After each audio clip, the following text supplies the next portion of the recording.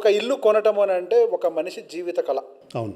జీవితకాలం సంపాదించిన ప్రతి ఒక్క రూపాయిని తీసుకొని వచ్చి అక్కడ పెట్టుబడి పెడతాడు. అట్లా పెట్టుబడి పెట్టాలి అంటే నమ్మకం అనేది ఎంతో కుదరాలి. ఆ బిల్డర్ మీద కానీ ఏజెంట్ మీద కానీ కుదరాలి. Of course. నిజంగా ఈ డిజిటల్ మీడియా అనేది వాళ్ళ మీద ట్రస్ట్ని బిల్డ్ చేయడానికి సహకరిస్తుందా? That's a very valid question అండి. ఇక్కడ ఏంటంటే డిజిటల్ మీడియాలో నేను వీడియో చూపెట్టాను, ట్రస్ట్ బిల్డ్ అవుతుందా, ఇమ్మీడియట్గా నాకు సేల్ అవుతుందా అంటే దీనికి ఆన్సర్ ఎస్ అని చెప్పలేం. ఎందుకు అని అంటే ఇట్స్ ఎ డిజిటల్ మీడియా అనేది జర్నీ అండి. బేసికల్గా ఒక బిల్డర్ వచ్చాడు, ఒక వెంచర్ చేశాడు, ఆ వెంచర్ రిలేటెడ్ వీడియోస్ అన్ని మనం అందులో వేసాము, రైట్? ఆన్ టైం డెలివర్ అయింది. నెక్స్ట్ వెంచర్ వచ్చాడు, దాని వీడియోలు స్టార్ట్ అయ్యాయి.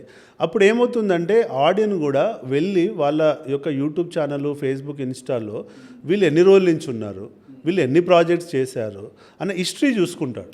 ఆ హిస్టరీ చూసుకున్న తర్వాత అరే ఈ ఎక్స్ ప్రాజెక్టు ఈ 2 yearsలో చెప్పారు, డెలివరీ చేశారు. ఎందుకంటే అక్కడ పబ్లిక్ డొమైన్లో కనబడుతుంది, వీడియోల రూపంలో, అక్కడ టెస్టిమోనియల్ రూపంలో కనబడుతున్నాయి.